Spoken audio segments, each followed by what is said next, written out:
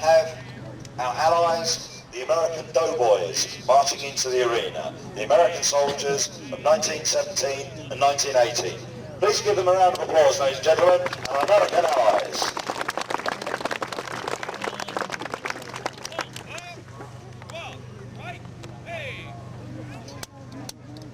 The Americans had not fought in a large war. The last war, in fact, they had fought in was in 1898 against the Spanish in Cuba and the Philippines. But in 1916, there was an expedition against the Mexicans. And in fact, nearly 160,000 American troops were involved in that expedition. Machine gun section deployed! The Americans now set up their machine gun section, and unusually you can see the American sergeant with a shotgun. Now you might think, why has he got a shotgun on a battlefield? These were used for trench raids. If you're raiding the enemy trench, don't forget you don't have submachine guns, they've not yet been invented. The Germans were just about inventing them in about 1917, 1918.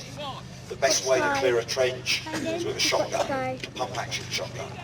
Deploy their infantry.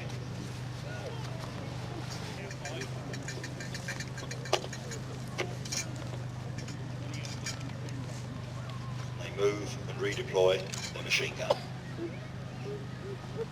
American infantry wearing the M17 pattern helmets. Now their American machine gun section wearing the stateside hat. We have, I'm told, the aircraft coming in a few moments. These are British aircraft, SE-5As, 1917. The British fighters that helped keep air superiority over the Western Front.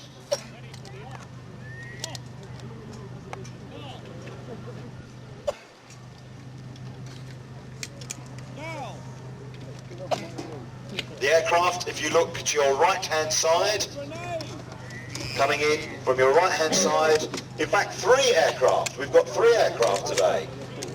SE-5As coming in to support the American infantry as they mount an attack over there, look. on a German defense system.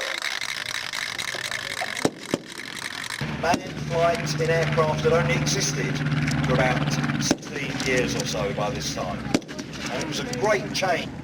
Aircraft were only used for spotting purposes, for reconnaissance, to find out where the enemy are. And then they were used for spotting for the artillery. You would perhaps send up an aircraft to spot, to tell your artillery where their shells are landing, to vector in the fire upon the enemy. And then what would happen then is the spotter planes would start shooting at each other. You might get vector in the fire from the artillery. So then the planes were armed with machine guns, and the birth of the fighter aircraft had happened. The early aircraft in 1914 were very rickety, very slow, but technology moved on very, very quickly, and you had the much better designed aircraft of 1916, 17 and 18, SE-5A from 1917. And in fact, in 1917, the Battle of Cronbrai, the British, for the first time, used aircraft and tanks in conjunction with each other. It was known as a black day for the German army. To the left-hand side, just flying over the American infantry, going through their drill formation.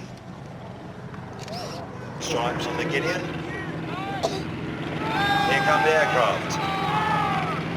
The aircraft.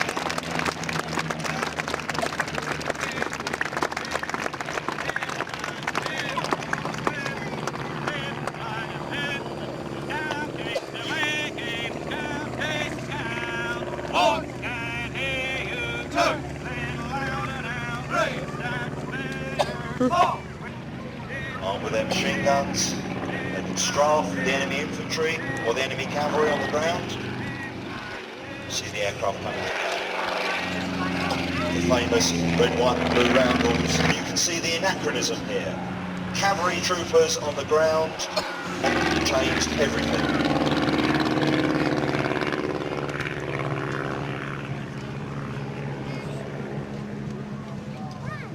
So ladies and gentlemen, please will you give your appreciation. This unit formed to commemorate the gallant sacrifices of the British soldiers of the Machine Gun Corps, 62,000 of whom were casualties. And now, ladies and gentlemen, our brave American allies, the Doughboys. At the back of the Doughboys, in these rather natty hats, we can see of the British and French armies held. There were small numbers of American troops already in the front line, but more and more were flooding in. And by the November 1918, there were 2.5 million Doughboys in the front line, with another 2 million still stateside being brought over the Atlantic.